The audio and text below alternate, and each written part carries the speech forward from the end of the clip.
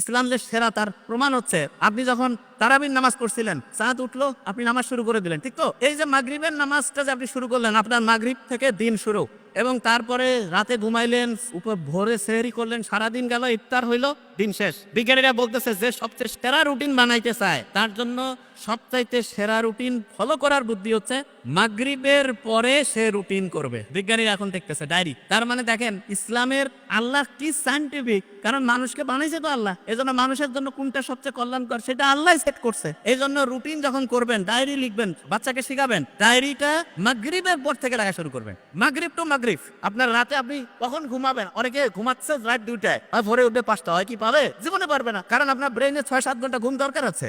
এই কারণে আপনি মাগরিবে রুটিন করে ফেললেন যে আমি 10টার মধ্যে ঘুমাই যাবো, ভোর 4টা-5টায় উঠবো, উঠে একটু পড়াশোনা করব, তারপরে দিনে একটু সূর্যের নিচে হাঁটাহাঁটি করবো, বুক ভরে শ্বাস নিবো, ছাড়বো, এবং সবসময় 2টা কাজ করবেন। একটা হচ্ছে অন্যকে হেল্প করবেন, আর 2 নাম্বার যেটা হচ্ছে সেটা হচ্ছে আল্লাহর কাছে চাবেন। বিজ্ঞানীরা দেখছে 2টা কাজ কেউ যদি করে, লাস্ট 2টা কথা, একটা হচ্ছে কেউ যদি সবসময় অন্যকে বিপদে হেল্প করে, আর যদি কেউ হচ্ছে রেগুলার প্রেয়ার করে, তাহলে তার ডিপ্রেশন, অ্যাংজাইটি এগুলোর কারণে মৃত্যুর যে সম্ভাবনা 30% থেকে কমতে কমতে কমতে 0% হয়ে যাবে। তো আমরা আশা করি প্রত্যেকে ইসলামের নিয়মগুলো মানবো এবং অসাধারণ জীবন ব্যবস্থার মধ্যে চলে যাব। Thank you so much. আসসালামু আলাইকুম।